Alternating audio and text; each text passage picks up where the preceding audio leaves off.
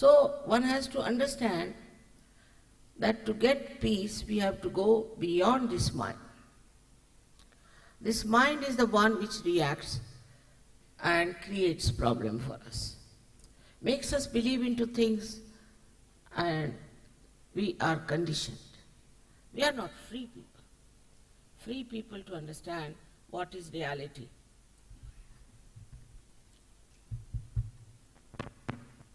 The reality is beyond the mind. Now, how to cross the limit of mind? Like once a doctor in Switzerland said, "Mother, you do what you like, you can cut my throat, but stop these thoughts, they are bombarding me." You cannot stop, because a thought rises and falls off, another thought rises and falls off. These thoughts come to us from the past or from the future. You are not in the present. You cannot be in the present. But when this power that is described to you already, known as the Kundalini, rises, then she takes your attention beyond the thought, beyond the mind, and that is the place where resides the present, the reality. Now this special thing as called as Kundalini is not to be discarded because coming from India. It has been described in every scripture. Even in the Bible it's described that I'll appear before you like tongues of flames. These are the tongues of flames you see along the path of the Kundalini. Also Muhammad Sahib has said very clearly in his Quran that if you want to know God, you must know yourself. Christ has said, know thyself. All of them have said the same thing. If you see Zen system or Lao Tse, Confucius, any one of them, they all said that unless and until you know yourself, you are not there. You have no identity. But knowing yourself is very important, because you are the treasure of knowledge. You are the treasure of wisdom and divine discretion. It's all within you, which you should know without any efforts. Effortless, sahaja. Saha means with, ja means born. Born with you is the right to get your self-realization. It's your birthright to have it, and in these modern times it has been made very, very easy somehow to get this realization. In our country also, all the saints have described about achievement of yourself. Sahaja word is used by so many saints, especially by Guru Nanaka, who says Sahaja Samadhi Lav. Whatever you have to get in your awareness, Samadhi is awareness, has to be in a Sahaj, means a spontaneous manner. So for this you don't have to stand on your head, you don't have to run away from your families, you don't have to starve or fast. You've done it. You've done it in your last lives. Now, in this life, you should have the fruits of your hard work that you have put in to express your desire to be one with the divine. The first truth is that you are not this body, this mind, these conditionings, this ego, these emotions, but you are the pure spirit.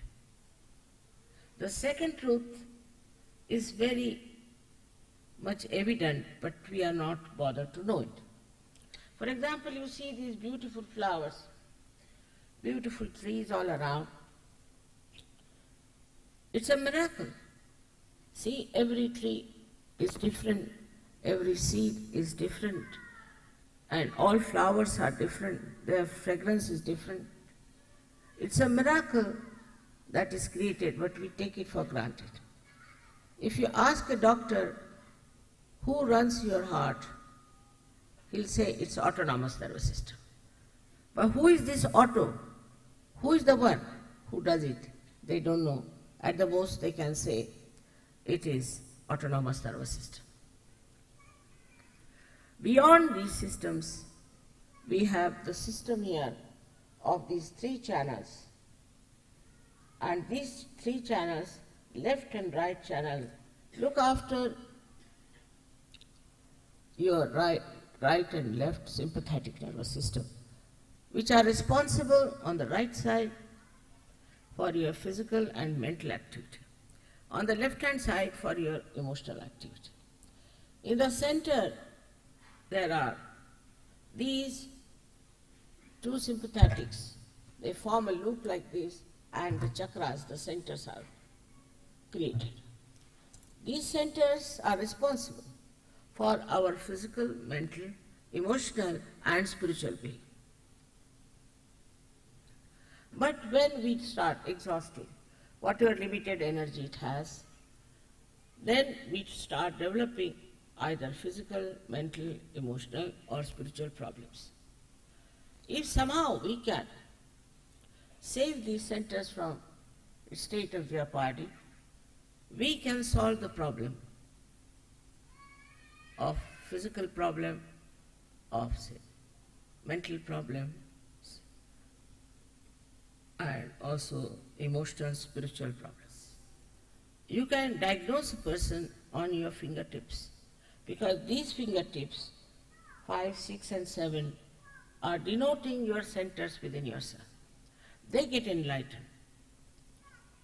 So with the light of the Spirit, when you are enlightened, you really become an enlightened person.